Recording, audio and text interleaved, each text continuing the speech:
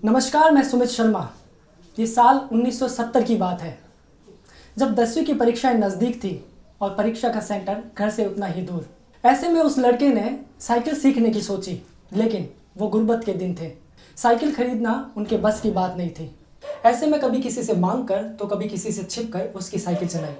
लेकिन ये कौन जानता था कि बीकानेर की तंग गलियों में साइकिल चलाने वाला वो लड़का एक दिन संसद की गलियों तक पहुंच जाएगा। जी हाँ, हम बात कर रहे हैं बीकानेर के सांसद और केंद्रीय राज्य मंत्री अर्जुन राम मेघवाल की। अर्जुन जी, आपका बेहद बेहद स्वागत है खबर अपडेट में। धन्यवाद सुमित। सर, हमारा सबसे पहला सवाल आपसे यही है कि बीकानेर की गलियों से साइकिल सीखते सीखते आप संसद की गलियों तक कैसे पहुंच गए? देखिए, साइकिल का रिश्ता मेरे से काफ़ी पुराना है। 1970 का आपने जिक्र किया। उसी साल जब मैं बीनासर स्कूल में पढ़ता था, जैन जवाहर विद्या माध्यमिक विद्यालय, तो सेंटर मेरा आ गया था बीके स्कूल में बीकानेर जी। और ये 5-7 किलोमीटर का सफ़र था। तो मैंने साइकिल चलानी सीखी और सही आपने कहा कि साइकिल मेरे पास थी नहीं, तो छिप करके सीखी। फिर हमारे यहाँ एक महाराज आते थे, उनके पास साइकिल थी, जियाराम जी। तो उनसे मैंने वो 50 रुपये में साइकिल सीखी। काफ़ी पुरानी साइकिल थी। और मेरे घर में ही जो मेरे घर का परिसर था, जिसको हम राजस्थानी में बाखड़ बोलते हैं, उस परिसर में ही मैंने साइकिल सीखी, या आंगन से सीखी यूँ कह दीजिए। उसके बाद बीके स्कूल बीकानेर साइकिल से जाने लगे जी। और उसके बाद आपने जैसे कहा, संसद में भी मैं पहला एमपी हूँ जिसने कार्बन एमिशन को कम करने के लिए, यंगर जनरेशन को प्रेरणा देने के लिए साइकिल से संसद जाना शुरू किया और फिर एक साइकिल क्लब बन गया हमारा। साइकिल के अलावा आपकी पगड़ी की भी खूब चर्चा होते हैं। इस पगड़ी के पीछे क्या राज है? अर्जुन मेघवाल ये पगड़ी क्यों पहनते हैं? देखिए, ये मैं जब सर्विसेज में था तब पगड़ी नहीं पहनता था, ये बात सही है, और टाई लगाता था, कभी कभी कभी नहीं भी लगाता था। लेकिन जब मैं यहाँ चुनाव लड़ने के लिए भारतीय जनता पार्टी ने अवसर दिया बीकानेर संसदीय सीट से, तो उस समय एक विषय आया कि ये नेता लोग पगड़ी चुनाव में तो पहनते हैं, बाद में नहीं पहनते। तो मैंने एक बड़ी मीटिंग थी हमारी बीकानेर में, उसमें एक किसी ने प्रश्न किया कि आप सर्विसेज में तो कलेक्टर थे, तब तो टाई लगाते थे, अब आपने पगड़ी पहन ली। तो मैंने कहा, पगड़ी आपने पहना दी, तो बोला आप नहीं उतारोगे क्या? मैंने कहा आप जिताने का हाँ भर रहे हो क्या? बोला हम 100% जिताएंगे अगर आप पगड़ी कभी नहीं उतारोगे तो। ये बीकानेर की लाज है, रखोगे? मैंने कहा रखूंगा। तब से मेरा संकल्प हो गया। अब जब संकल्प हो गया तो मैं चूंकि आध्यात्मिक आदमी हूं, तो संकल्प को जब मैंने देखा, भाई संकल्प ले लिया, जनता के बीच में ले लिया, और हमारे पुरखे पगड़ी पहनते आए हैं, ऐसा क्या पगड़ी में लेकिन लोगों ने कहा जी आपको अनपढ़ समझेंगे, कोई गंवार समझेंगे, कोई समझेंगे तो बिल्कुल पढ़ा लिखा नहीं है। तो मैंने कहा मैं बोलूंगा तो पता चल जाएगा। कई लोगों ने कहा पगड़ी उतार दो, अब क्या संसद में पहनना कहाँ जरूरी है, लेकिन मैंने रखा। और मैं आज गर्व के साथ कह सकता हूँ कि इस पगड़ी ने मुझे ऑल इंडिया, इवन संसार में भी पहचान दिलाने में मदद की है। इस पगड़ी से समझ जाते हैं he must be from Rajasthan. पगड़ी वाला आदमी अधिकतर राजस्थान के होते हैं। ठीक बात। और फिर ये कलर जो मैंने किया है, इसी पगड़ी से समझ आते हैं मस्ट बी फ्रॉम बीजेपी। मेरा अगला सवाल इसी के ऊपर था। हाँ, तो एक ही पगड़ी ने, ये राजस्थान से होगा, भारतीय जनता पार्टी का एमपी होना चाहिए। और जब मैं बोलता हूं तो उनको लगता है यार 15वीं लोकसभा में विपक्ष में था और बोलने का अवसर बहुत आए, तो जब बोला मैं, तो लोगों ने कहा ये पढ़ा लिखा भाई, ये तो अंग्रेजी और बोलता है। तो मेरी इस पगड़ी ने और मेरी इस ड्रेस ने, जो देसी ड्रेस है, मैं धोती भी साथ में रखता हूँ, कुर्ता पजामा भी पहनता था, तो इसने मेरे पहचान बनाने में मदद की, इसमें कोई शक नहीं है। इसलिए पगड़ी मेरी पहचान बन चुकी है इंटरनेशनल लेवल पर। हाँ, इंटरनेशनल लेवल पे भी पहचान बन चुकी है। और मैं जब बाहर भी जाता हूँ ना, तो पगड़ी नहीं उतारता हूँ मैं। सर, साइकिल, पगड़ी और बहुत सारी ऐसी चीजें हैं जो आपको दूसरे नेताओं से, दूसरे सांसदों से अलग रखती है। मसलन हम बात करें कि आप एक तरह का कार्यक्रम चलाते हैं जिसका नाम है एक रात चांद के साथ में। वो क्या कार्यक्रम है? देखिए, एक पर्यावरण दिवस पे विज्ञान भवन में हमारे प्रधानमंत्री नरेंद्र मोदी जी ने ये कहा कि मैं जब कभी बाहर जाता हूं तो वो बाहर के देश कहते हैं कि कार्बन एमिशन बढ़ाने में भारत जैसे विकासशील देश जिम्मेदार है। और मेरे को पीड़ा होती है। ऐसे ही प्रधानमंत्री जी का भाषण है, मैं भाषण सुन रहा था, पर्यावरण दिवस था, 5 जून था। उन्होंने कहा कि हम तो पीपल को पूजने वाले लोग हैं। उन्होंने एक जिक्र भी किया कि राजस्थान में तो खेजड़ी जैसा स्थान है जहां बिश्नोई समाज की अमृता देवी ने 363 महिला और पुरुषों का बलिदान कर दिया, लेकिन पेड़ नहीं कटने दिए। हम तो वो लोग हैं, सुंदरलाल बहुगुणा चिपको आंदोलन चला करके, हम तो वो लोग हैं, हम तो पर्यावरण की रक्षा करने वाले हैं, हमारे को जिम्मेदार कैसे मानते हो? तो मेरे मन में पीड़ा थी, तो मैं आज उजागर कर रहा हूं। ये प्रधानमंत्री जी का कहावा, इसलिए मैंने उसको फॉलो किया। उन्होंने कहा कि क्या एक दिन सप्ताह में कोई आदमी साइकिल से चल सकता अपने ऑफिस के लिए? तो मैंने देखा भाई मेरा ऑफिस में कभी कभी जाता हूं, लेकिन परमानेंट कर लेते हैं। पार्लियामेंट मेरा ऑफिस है, तो मैंने परमानेंट ही कर लिया, साइकिल से संसद जाना। दूसरा उन्होंने रिक्वेस्ट की, क्या कोई आदमी इंडियन कल्चर के हिसाब से कोई प्रदूषण कम करने का उपाय सोच सकता है? तो मेरे एकदम दिमाग में आया कि पूर्णिमा के दिन हमें बिजली नहीं जलानी चाहिए। तो मैंने पूर्णिमा के दिन ये बिजली नहीं जलाने का कार्यक्रम, कई कार्यक्रम किए। पहला कार्यक्रम तो यहाँ बीकानेर जिला की कलेक्टर थी आरती डोगरा, उनका ट्रांसफर हुआ था, पूर्णिमा आई हुई थी। तो मैंने उनको कहा हम आपको पार्टी देना चाहते हैं और बिना बिजली के देना चाहते हैं, बोला आप आओगे तो अच्छा लगेगा। वो आई, अभी भी कई बार मिलती तो कहती है कि आईएएस अफसर के रूप में बहुत पार्टियां मैंने ली, लेकिन ऐसी पार्टी नहीं ली। वही खीर बनाई हुई थी देसी ढंग से, और फिर हमने सबने मिलकर गैस, चंद्रमा की रोशनी में जो शीतलता होती है उसमें खीर में अमृतपन आ जाता है। और फिर जब अपन उसको प्रसाद के रूप में चंद्रमा की रोशनी में लेते हैं तो अलग आनंद है। और फिर हम सोते भी फिर चंद्रमा की रोशनी में ही है, उसका एक अलग आनंद है। तो ये कार्यक्रम कार्बन एमिशन को कम करने के लिए एक कार्यक्रम है जो भारतीय संस्कृति से जुड़ा हुआ है, भारतीय दर्शन से जुड़ा हुआ है, इंडियन इथोस है। और पूरी रात आप लाइट नहीं जलाएंगे तो कार्बन एमिशन में कम करने में बहुत अच्छी प्रेरणा दे सकेंगे। इसलिए मैं एक रात चांद के साथ कार्यक्रम करता हूं। मैंने ये प्रोग्राम बिहार चुनाव में बिहार में भी किया, पूर्णिमा आई थी तो मैंने यूपी में भी किया, दिल्ली में पार्लियामेंट चल रही थी, पूर्णिमा आई तो हमने वहां भी किया। लोग इसको पसंद कर रहे हैं और कई जगह इसको रेप्लिकेट भी किया है लोगों ने। कुछ लोग 1 घंटा 2 घंटा चंद्रमा के साथ बैठते हैं, पूरी नाइट बैठने वाले भी कुछ लोग हैं। गुजरात के एक एमपी हैं जो इसमें कोशिश करने का प्रयास कर रहे हैं। तो इसका मतलब लोग इसको फॉलो करने की कोशिश करते हैं। और जो आते हैं 100-150 कार्यक्रम में लोग जिनको मैं बुलाता हूं, वो आगे कहीं ना कहीं इसको रेप्लिकेट कर रहे हैं। इसका मतलब ये बढ़ रहा है कार्यक्रम। क्या जिस तरह से दूसरे सांसदों ने आपको देखकर साइकिल चलाना शुरू किया, क्या इस तरह का कार्यक्रम भी वो फॉलो करें आपको देखकर? मुझे ऐसा लगता है। और मैं जब यूट्यूब में डालता हूं और तो इसका जब मैं वर्णन करता हूं, जब एपीजे अब्दुल कलाम साहब को भी याद कर रहा हूं कि उन्होंने भी कहा था इस विषय पे कि भी नेक्स्ट जनरेशन को हम क्या धुआं मुक्त वातावरण देकर के जा रहे हैं? क्या हमारी कोई जिम्मेदारी नहीं है क्या नेक्स्ट जनरेशन को हम साफ सुथरा वातावरण दें? तो इसलिए ये नेक्स्ट जनरेशन को भी हम साफ सुथरा वातावरण दें।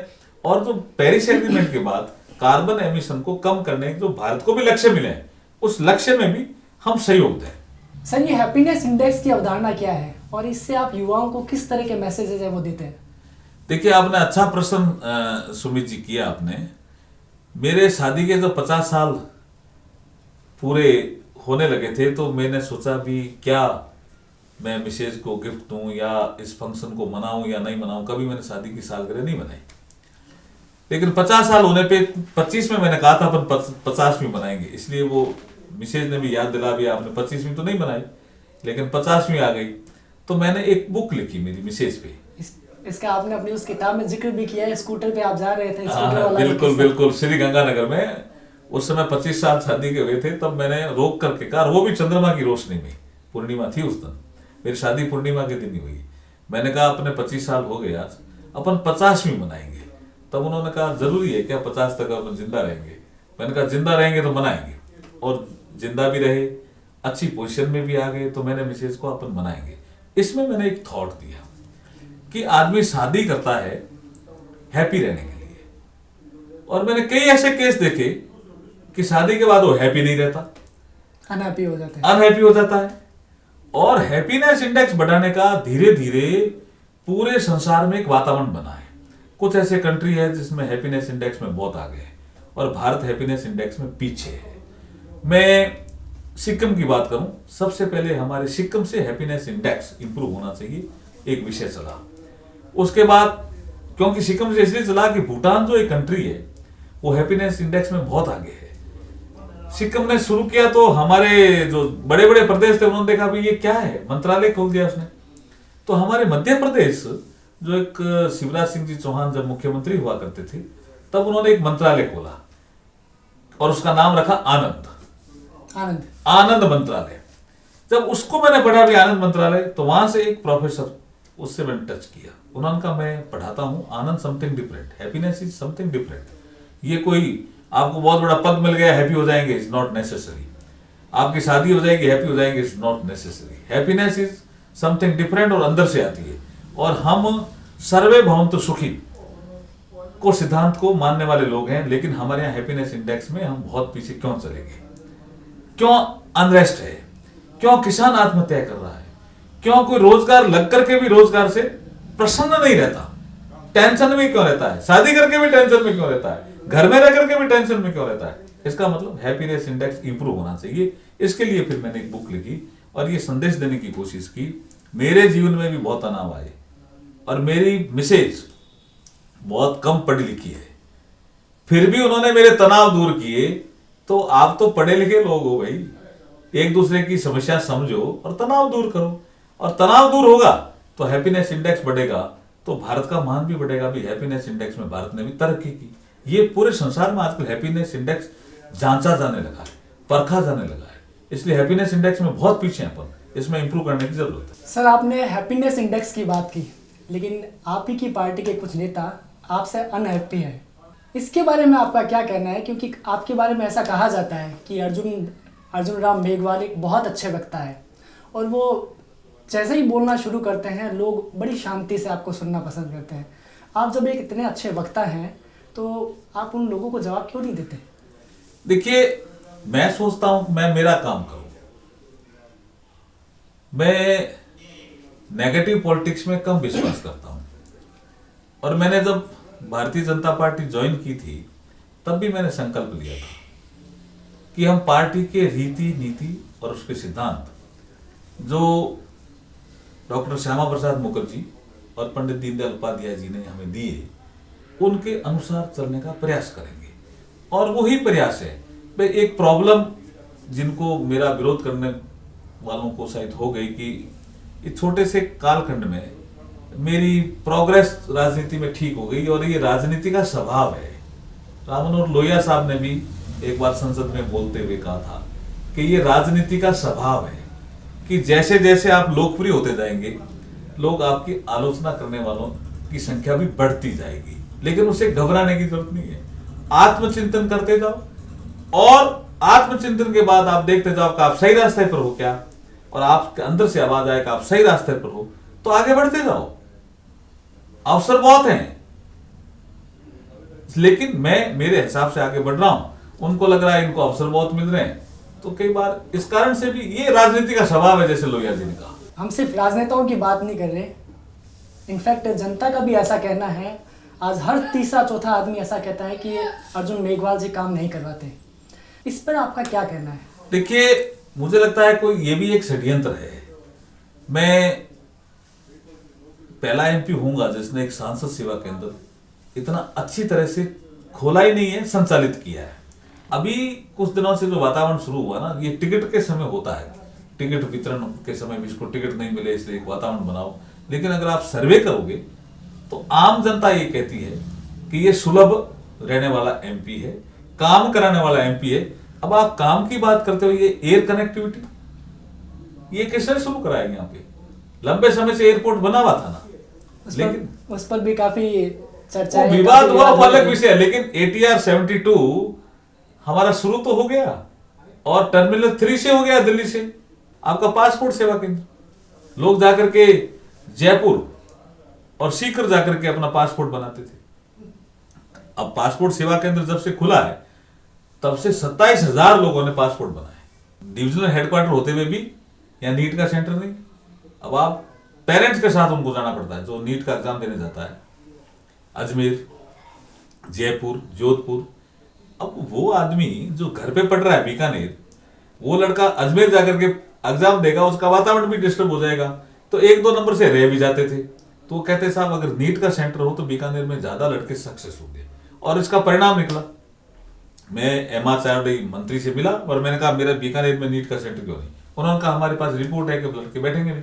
मैंने कहा मैं कहता हूँ, मैं एफिडेविट देके आया जी। फिर लोगों को इतनी शिकायतें क्यों रहती है? आपने तमाम काम शुमार किए। मैं मेरे 5 साल का एक लेखा जोखा पूरा एक बुक के रूप में जनता को सुपुर्द करने वाला हूं, और जनता फैसला करे, और मुझे लगता है कि जनता आशीर्वाद देगी मुझे। एक सेक्टर में नहीं, हर सेक्टर में काम है। हॉस्पिटल, आपका PBM, super speciality block 150 crore का, ये भी इसी कालखंड की देन है।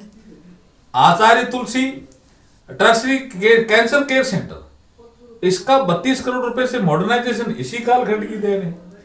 PBM hospital, solar power plant CSR मद से 4.25 करोड़ रुपए का जो लगेगा, उसके बाद 76 lakh rupees per month PBM के बिजली के बचत हो जाएगी, क्योंकि बिजली का बिल आता है 76 लाख का, और वो पावर प्लांट लग जाने से, सोलर पावर प्लांट लग जाने से बिजली की जरूरत नहीं पड़ेगी, और बिजली जाएगी भी नहीं, बिजली कटेगी भी नहीं, अनइंटरप्टेड बिजली मिलेगी पीबीएम को। तो जो 76 लाख रुपए बचेंगे वो गरीब जनता को दूसरे काम में काम आएंगे जो पीबीएम का खर्च हो रहा है। ऐसे हर सेक्टर में काम गिना सकता हूं। एग्रीकल्चर सेक्टर ले लो, रोड सेक्टर ले लो, रेलवे ले लो। रेलवे में आपके एक्सीलेटर नहीं थी, लिफ्ट नहीं थी, लंबी दूरी की गाड़ियां नहीं थी बीकानेर। आज 30 बड़े बड़े स्टेशन पूरे देश के बीकानेर से जुड़े हुए हैं। तो ये क्या कम उपलब्धि है क्या? इसलिए मेरी बुक जो है, 5 सालों में हमने क्या किया, हम बीकानेर की जनता को सुपुर्द करेंगे, देंगे, और कहेंगे आकलन करें। चलिए सर, जनता की बात हो गई, राजनेताओं की बात हो गई, अब राजनीतिक रकीबों की बात करते हैं। जब भी आपका नाम आता है बीकानेर की सियासत में, एक और नाम आपके साथ चस्पा हो जाता है, वो है देवी सिंह भाटी।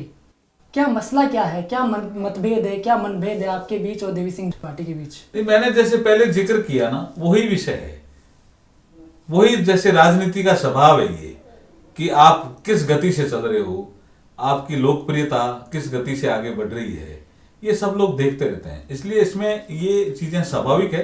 मैं इस संबंध में कोई ज्यादा टिप्पणी नहीं करना चाहता। मैं मेरी गति से चल रहा हूं, और जैसी भारतीय जनता पार्टी ने हमें सिखाया है ट्रेनिंग के दौरान, उसके अनुसार ही चल रहा हूं। क्या इसमें कोई मनभेद का विषय है या कोई मतभेद का विषय है? इस पे कोई आपकी टिप्पणी? वो तो वो उनको देखना है। मेरा किसी से कोई मनभेद और मतभेद ज्यादा नहीं रहता।